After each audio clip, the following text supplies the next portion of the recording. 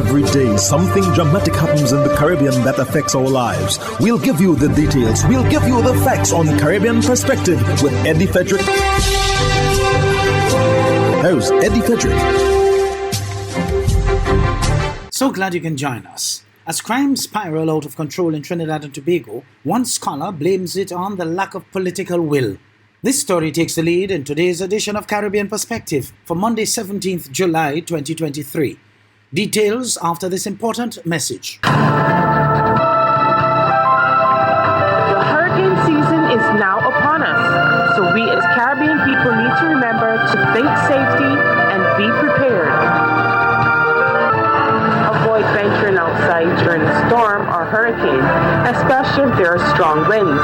Rooftops and other debris are often blown about and can cause great damage.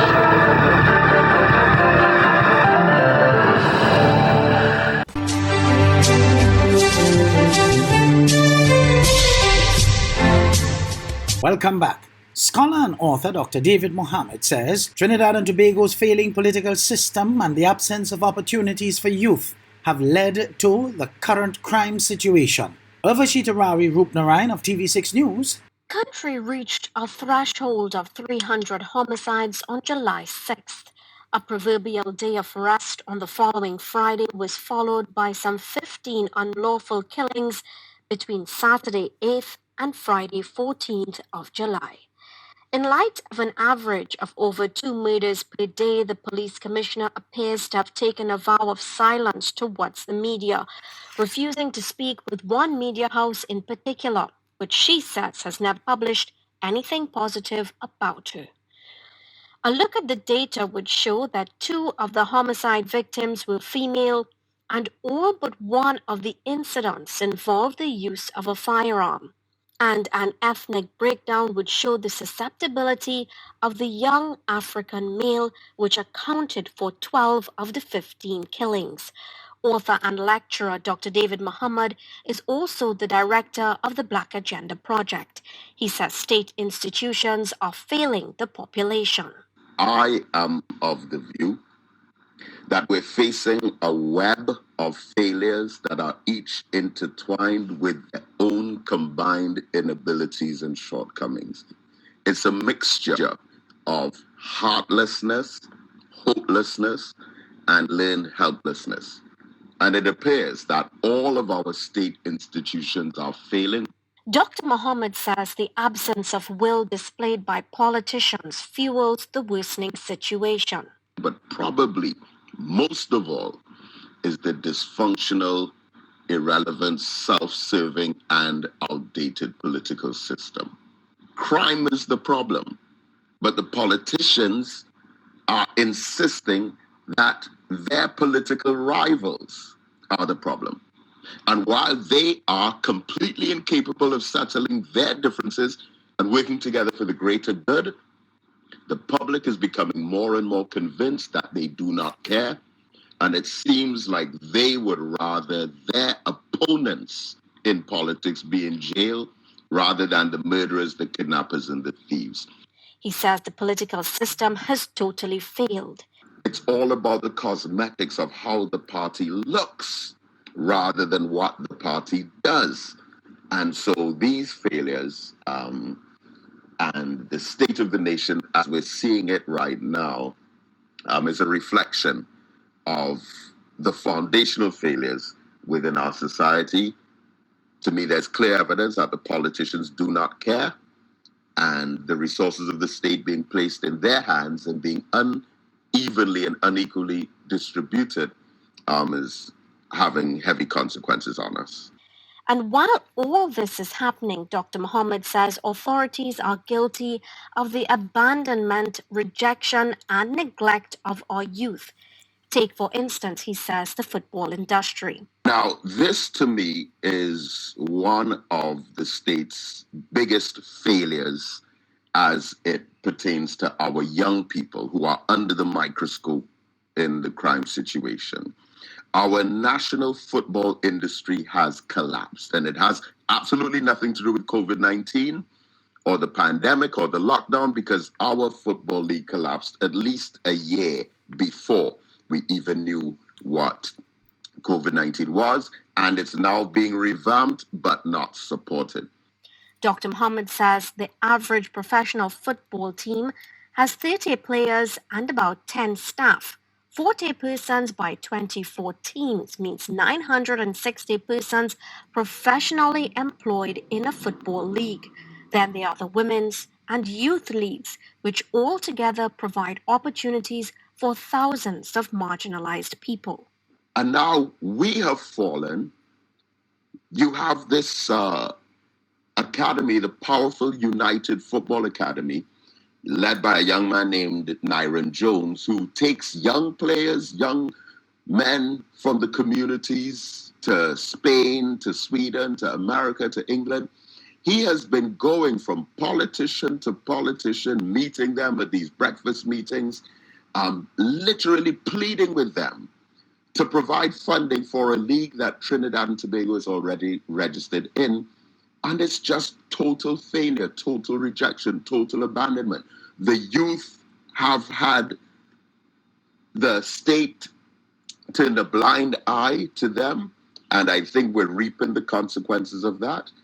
Politicians are really showing, he says, where their priorities exist. It's a dreadful situation, but there are so many attitudes and instructions to set up a party group to get support. And meanwhile, on the ground, the grassroots level, in the communities where there's hunger and poverty and unemployment and conflict and scarcity of resources while competing aggressively for those same handouts. And then we're seeing all of this. We're sowing. The sport minister did not respond to our question on the role of sport in crime prevention and what programs are currently in place. Urvashi Tiwari, Rupnarayan, TV6 News. In the meantime, less than 24 hours after recording its first case of the monkeypox virus, the Ministry of Health issues a release stating that the second case has been confirmed via lab testing. The patient is a young adult male. Here is more in this Urvashi Tiwari Rupnarayan report of TV6 News. On Tuesday, the Health Ministry reported its first case of the monkeypox virus, and by Wednesday, a second case has been confirmed. Dean of the Faculty of Medical Sciences at the University of the West Indies, St. Augustine, Professor Terence Simongal, spares some time to share with our viewers details about the monkeypox or mpox virus. So it is a virus that spreads like all viruses from contact, personal contact in some way. And it causes little blebs on the skin. And for that reason, called a pox is a pox-like bleb.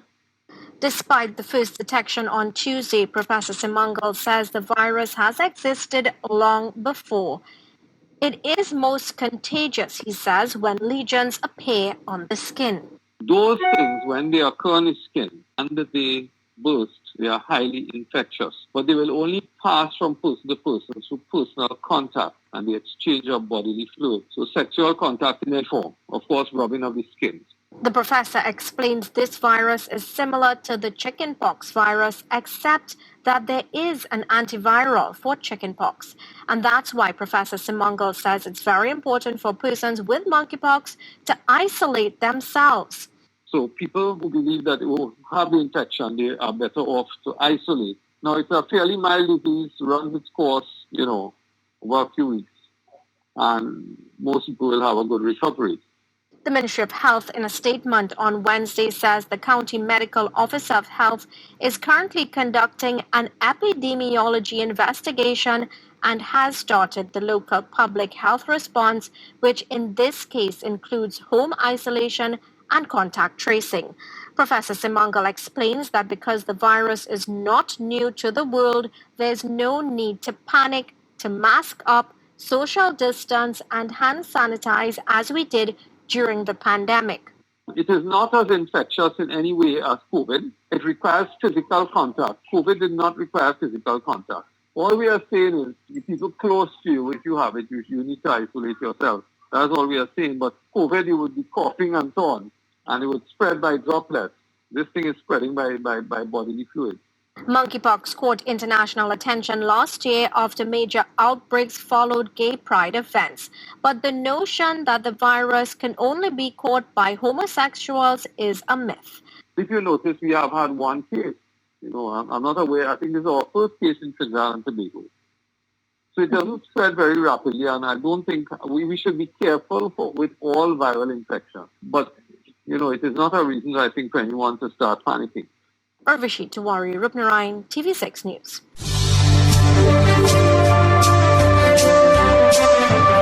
You're listening to Caribbean Perspective with Eddie Frederick.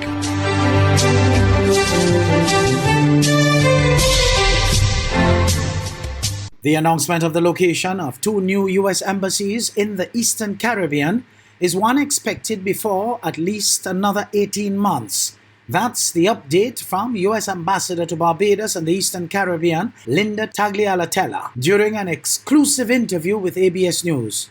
She was joined by several officials of Jumbie Bay Resort on Wednesday evening for the celebration of the U.S. independence. ABS's Garfield Burford reports. A glitzy event at Jumbie Bay Resort celebrating the United States' 247th anniversary of independence. July 4 is the U.S.'s Independence Day, but the celebration was held a little over a week later in Antigua and Barbuda. God bless the United States and long live the government of the United States, long live their freedoms, and long live the friendship between Antigua and Barbuda and the United States. Cheers. Prime Minister Honorable Gaston Brown hailed what he says has been a strengthening of the relationship between the U.S. and Antigua and Barbuda and the wider Caribbean in recent times. He says, though, there is more to be done in collaborating in key areas, including the preeminent challenge of our times. We see the United States as a partner to address this issue of climate change, to reduce emissions, and obviously not only to protect Antigua and Barbuda as a country on the front lines, but also to protect all human civilization. So I give this commitment that Antigua and Barbuda will continue to partner with the United States and other countries to fight this existential threat that is facing all of humanity. U.S. Ambassador to Barbados and the Eastern Caribbean, Linda Tagliatella, assures the U.S. is a solid partner to the Twin Island state. Antigua and Barbuda has no better friend than the United States. The United States stands with Antigua and Barbuda during good times and bad, through a global pandemic, natural disasters, and as we work towards building resilience to climate change and growing the economies of both our countries. Geopolitical observers will be keenly poring over those comments as the U.S. and China seek to entrench their influence in this region. Meanwhile, Prime Minister Brown reaffirmed this country's hope to be the location for one of 2 new embassies being established by the U.S. in the northeastern Caribbean. We have no clue as to where they will be, other than we can say that one should be in Antigua. And knowing, too, the close friendship that the ambassador and I enjoy, I'm quite sure that she'll be utilizing a good office to help us to make the case. I pressed the U.S. ambassador in a subsequent interview about those 2 new embassies and the location for them. One of the big issues is visas and whether we're actually going to be able to allow visas on the island. Antigua is relatively situated for the Caribbean. It's a hub for many airlines, and it obviously is a good place to be. But each of the other islands have their pros and cons, so it will be time, and the embassy will provide input to Washington, but it'll be Washington's decision.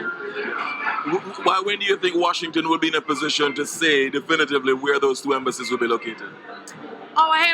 Congress, it's a long ways off. I would say in the next year and a half to 2 years, they'll make a decision. Because really before they make a definitive decision, they obviously have to go to Congress and have it approved by Congress.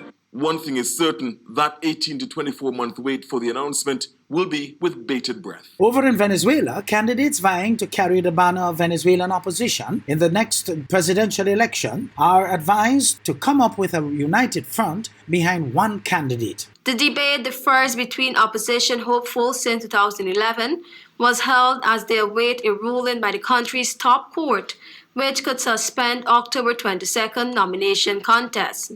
Independent candidate for 2024, Louis Ratti, who many in the opposition say has ties to the ruling Socialist Party, asked the Supreme Justice Tribunal on Monday to bar the primary and unspecified allegation of irregularities. Venezuela's often divided opposition is seeking to dislodge President Nicolas Maduro, who has ruled the country since 2013. Though the last election in 2018 was widely condemned, especially by the United States, as a fraudulent, the opposition has so far failed to unseat Maduro. 3 of the most high-profile of the 14 opposition hopefuls have already been barred from holding public office. The primary must give the opposition clear leadership and stronger unity, said the 8 candidates who attended the debate organized by non-governmental groups. Hubbard's is once again innovating the way you shop with its new online store, providing 24-hour shopping convenience. You can shop now for appliances, hardware, houseware, building material, and more. Free delivery island-wide. Start shopping now at hubbardshardware.gd. Safe, convenient, reliable.